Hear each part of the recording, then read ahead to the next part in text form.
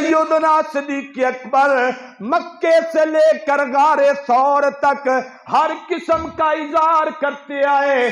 कहने लगे या रसूल अल्लाह, मुझे डर लग रहा है कहीं दुश्मन आगे से नुकसान ना पहुंचाए। आप आगे हो जाते हैं, कहीं पीछे से नुकसान ना पहुंचाए, आप पीछे हो जाते हैं, कभी दाएं जाते हैं, कभी बाएं जाते हैं। चलते चलते गारे सौर हैं, सारे सुराख बंद कर दिए, एड़ी रखी अपनी उस सुराख के अंदर, गोद में सर रखा मोहम्मद अरबी का, और फिर कहा या रसूल अल्लाह, मुझे डर लग रहा है कहीं काफर नुकसान ना पहुंचा जाए।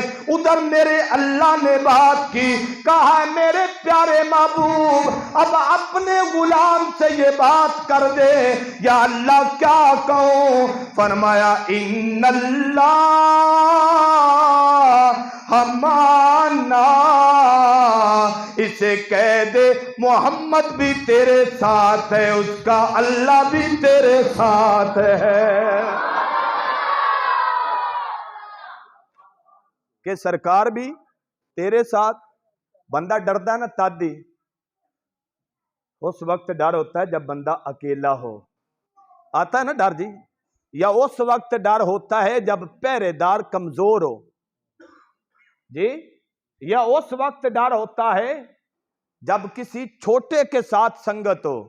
अल्लाह ने कहा ए सिद्दीक, तूने मेरे महबूब को अपना बेली बनाया है, मेरे महबूब को अपना बेली बनाया है, उसके गुलाम बने हो, अब वो तेरा हो गया है। तो मेरा जो वादा है, जिसका मोहम्मद हो जाता है उसका खुदा हो जाता है। अब वकार अल्लाह ताला ने फरमाया ऐ मेरे प्यारे महबूब, अपने इस बेली से कह दे तुझे घबराने की जरूरत नहीं है, तुझे डरने की जरूरत नहीं है। या रसूल अल्लाह, अल्लाह के महबूब ने फरमाया ओ सिद्दीक़ अकबर, तुझे डरने की जरूरत नहीं है, मेरे अल्लाह ने ये ऐलान किया है ऐ सिद्दीक़ अकबर, जहां पे मोहम्मद है वहां पे खुदा है, और जहां पे सिद्दीक है वहां पे भी अल्लाह करीम ही है। मेरे मालिक ने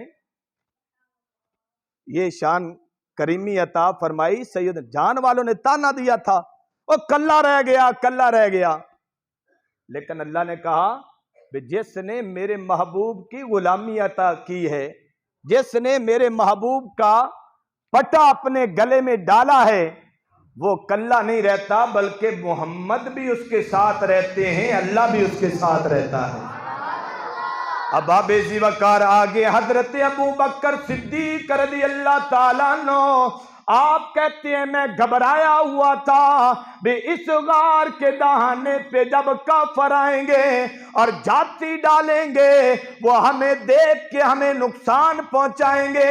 आप कहते हैं लेकिन जब अल्लाह का हुक्म आया और साथ अल्लाह की मदद क्या आई, हजरत सैयदना सिद्दीक़ अकबर कहते हैं फ़अंज़लल्लाहु सकीनतहु अलैहि, अल्लाह ताला ने अपने हुक्म के साथ अपनी रहमत को भी भेजा।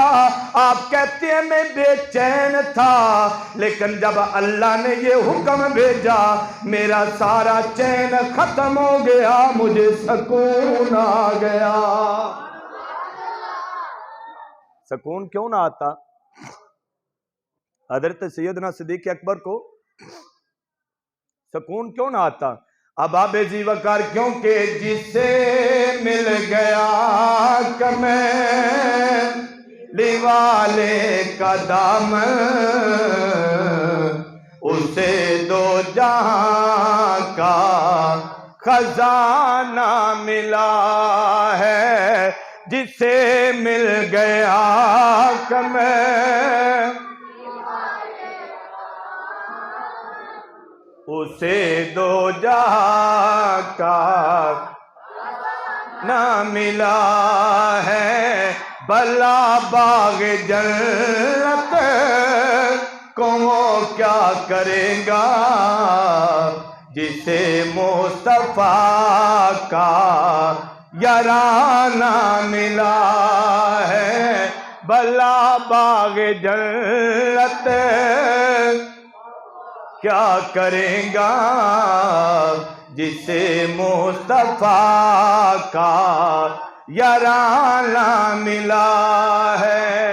अब आबे वकार कुरान ने ये पहली आयत नाज़िल फरमा दी भी जो मुस्तफ़ा का बेली है वो अकेला नहीं रहता, मुस्तफ़ा भी उसके साथ है, खुदा भी उसके साथ है। दूसरी बात, हजरत अलीउल मुर्तज़ा शेर खुदा करमल्ला वजहुल्ला आपकी बारगाह है, सवाली ने सवाल किया और उसने कहा ऐ मौला मुश्किल कुशा, जो अल्लाह का हुक्म है वस्साबिकून अल अव्वलून, वो जो ईमान के अंदर सबकत ले गए, मुराद के जिन्होंने जहान को नहीं देखा, सरकार की जुबान को देखकर कलमा पढ़ लिया था, वे जो ईमान के अंदर क्या ले गए, सबकत ले गए, जो ईमान में पहल कर गए, तो हजरत मौला अली से कहने लगे हुजूर उनका अंजाम क्या है, उनका अंजाम कौन क्या है और वो लोग कौन कौन हैं। जब हजरत अली मुर्तज़ा शेर खुदा करमल्ला वजहुल्ला से इतना सवाल किया गया तो हजरत मौला अली मुस्कुरा पड़े। हजरत अली ने मुस्कुरा के जवाब दिया, फरमाया वस्साबिकूनल अव्वलून, फरमाया इस आयत मुबारका का सबसे पहला जो मिसदाक है वो कोई और नहीं है, मेरे आका का गुलाम हजरत अबू बकर सिद्दीक है। आपने ये आयत पढ़ी बस साबिकूना बल अव्वा लूना, वो जो सबसे पहले ईमान के अंदर क्या ले गए, सबकत ले गए। तो हजरत मौला अली ने फरमाया इससे सदीक अकबर भी है, इससे उमर फारूक भी है, इससे उस्मान गनी भी है, इससे अलीउल मुर्तज़ा शेर खुदा भी है, बल्कि वो सारे लोग जिनको तेरे और मेरे आका ने कहा था फला भी जनती है, फला भी जनती है, फला भी जनती है, हजरत मौला अली ने फरमाया और जिसने जहान को तरजीह नहीं दी मुस्तफा की जुबान को तरजीह दी है, अल्लाह ताला ने उनके बेड़े पार फरमा दिए हैं। अल्लाह करीम ने उनके बेड़े पार फरमा दिए। हजरत अलीउल मुर्तज़ा शेर खुदा रज़ी अल्लाह ताला अन्हु फरमाते हैं जिन्होंने अल्लाह के रसूल के साथ अपना दामन जोड़ा है, कहते हैं रज़ी अल्लाहु अन्हु व रदू अल्लाह करीम ने उनसे फरमाया और तूने मेरे महबूब को राजी किया है, तुमने मेरे महबूब की गुलामी इख्तियार की है, मैं अल्लाह तुमसे राजी हो गया हूँ। अब अल्लाह तू राजी हो गया है, उन्हें अता क्या करेगा, फरमाया वा अद्दलहुम जन्नातिन तजरी तहतहल अनहारु खालिदीना फीहा अबदा।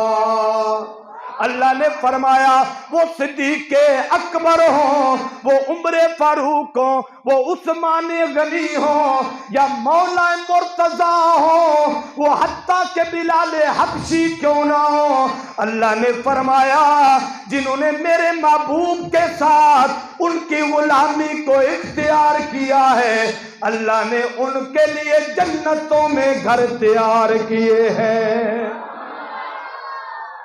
और बाबा जी इत्थे दे घर ने आरजी अपना भी हाथों से बना ले ना जी, अपने हाथों से बना ले, बड़ी टैल पत्थर लगा के सजा ले, तो एक दिन मौत घर से निकाल देती है, एक दिन मौत निकाल देती है। लेकिन जो अल्लाह ने अपने महबूब के साथ वफादारी करने पर अपने नबी की इताअत करने पर, नबी के कुरान की फर्मा बरदारी करने पर, नबी के इस्लाम की पहरेदारी करने पर अल्लाह ने कहा जहान वाले तुम्हें निकाल देंगे, लेकिन जिसने मेरे दीन के साथ वफादारी की है मैं हमेशा हमेशा के लिए उनको जन्नतों में घर दूंगा।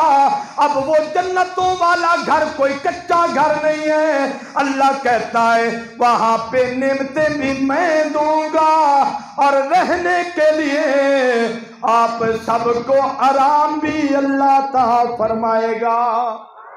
ये था दूसरा मकाम। और दूसरे मकाम से क्या मुराद है?